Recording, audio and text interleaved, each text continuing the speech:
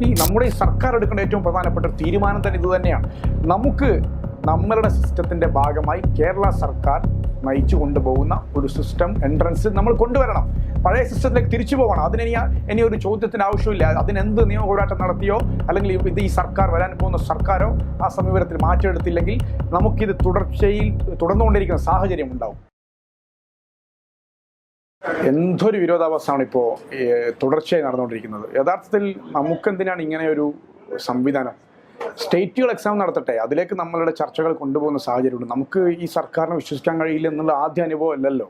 തുടർച്ചയായി ഈ സംഭവം ഉണ്ടാകുമ്പോൾ അതിനൊരു പരിഹാരം ഉണ്ടാവണ്ടേ?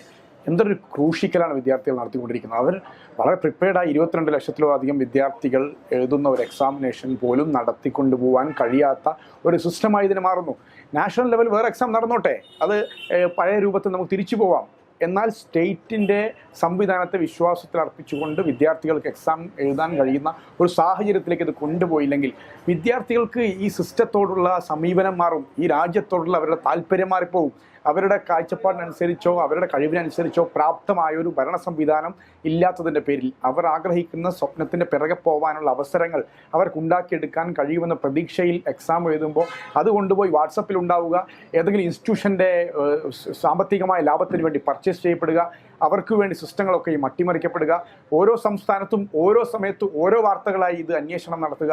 അങ്ങനെ വിദ്യാർത്ഥികൾ പിന്നീട് വീണ്ടും എക്സാം എഴുതേണ്ടി വരുന്ന ഒരു വല്ലാത്തൊരു സാഹചര്യം ഉണ്ടാവുക എന്നത് നമുക്കൊരിക്കലും അംഗീകരിക്കാൻ കഴിയില്ല. കേരളം അതിന് വ്യത്യസ്തമായി ഒന്നും നമ്മുടെ ഈ സർക്കാർ എടുക്കേണ്ട ഏറ്റവും പ്രധാനപ്പെട്ട ഒരു തീരുമാനം തന്നെ ഇത് തന്നെയാണ്. നമ്മളുടെ സിസ്റ്റത്തിൻ്റെ ഭാഗമായി കേരള സർക്കാർ നയിച്ചു കൊണ്ടുപോകുന്ന ഒരു സിസ്റ്റം എൻട്രൻസ് നമ്മൾ കൊണ്ടുവരണം. പഴയ സിസ്റ്റത്തിലേക്ക് തിരിച്ചു പോകണം.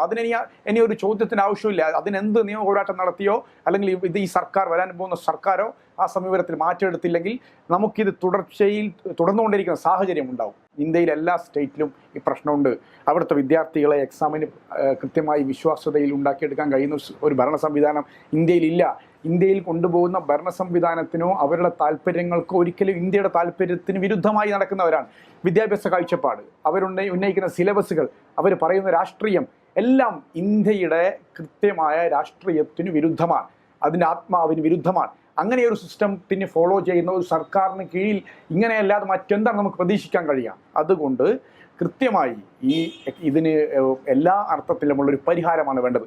2024 15, 16 ഇഷ്യൂസ് നടക്കാത്ത വർഷങ്ങളില്ല. അത് മനസ്സിലാക്കി നമ്മൾ അതിനൊരു സ്ഥായിയായ പരിഹാരത്തിന് കേന്ദ്ര സർക്കാരിന് പ്രതീക്ഷ അർപ്പിക്കാതെ അതിനപ്പുറത്ത് കേരള സർക്കാർ അടിയന്തര നടപടികൾ സ്വീകരിക്കുവാനുള്ള നീക്കമാണ് പ്രത്യേകിച്ച് വരാൻ പോകുന്ന UDF സർക്കാർ എടുക്കേണ്ടത് എന്നതാണ് MSFന്റെ പക്ഷം. ഇന്ന് തന്നെ MSFന്റെ നേതൃത്വത്തിൽ സമരം ആരംഭിച്ചു കഴിഞ്ഞു. നിയോജക മണ്ഡലം തലങ്ങളിൽ റാലികൾ കേന്ദ്ര സർക്കാർ സ്ഥാപനങ്ങളിലേക്ക് ആരംഭിച്ചു കഴിഞ്ഞു. നാളെ എല്ലാ നിയോജക മണ്ഡലങ്ങളിലും വിദ്യാർത്ഥികളുടെ കേന്ദ്ര സർക്കാരിൻ്റെ ഓഫീസുകളിലേക്കുള്ള മാർച്ചുണ്ട്. ഞങ്ങളുടെ ആവശ്യം അത് നീറ്റ് റിവോക്ക് ചെയ്ത് തിരിച്ച് നമ്മളുടെ സിസ്റ്റത്തിലേക്ക് നമുക്ക് തിരിച്ചു വരണം എന്നതാണ് ഞങ്ങൾ ആഗ്രഹിക്കുന്നത്.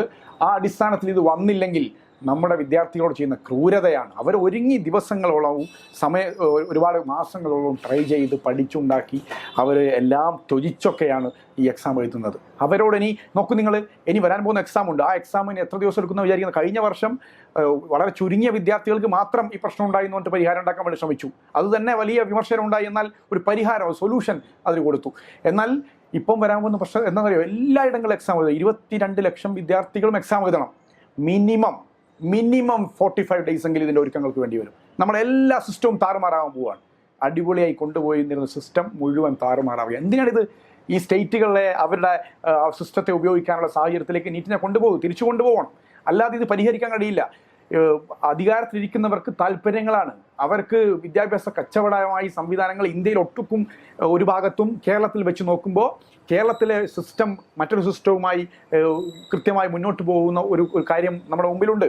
അതുകൊണ്ട് ഈ ഇന്ത്യയിലെ മറ്റനേകം സംസ്ഥാനങ്ങളിലെ നമ്മൾ കോട്ടയം പോലെ അല്ലെങ്കിൽ ഇന്ത്യയിലെ മറ്റനേകം സ്റ്റേറ്റുകളിൽ നടക്കുന്ന സാഹചര്യം പോലെയല്ല നമ്മളുടെ എഡ്യൂക്കേഷൻ സിസ്റ്റത്തിൽ നമ്മൾ പ്രതീക്ഷയോടെ വെക്കുന്ന ഒരു സാഹചര്യത്തിൽ ഒരു മാനിപ്പുലേഷനും ഇല്ലാതെ നമ്മുടെ കുട്ടികൾ എക്സാം എഴുതുമ്പോൾ അവരിതിൻ്റെ പാവഭാരം പേരേണ്ടി വരിക എന്നതിൻ്റെ മാനസികാവസ്ഥ എത്ര ഭയാനകരമാണ്.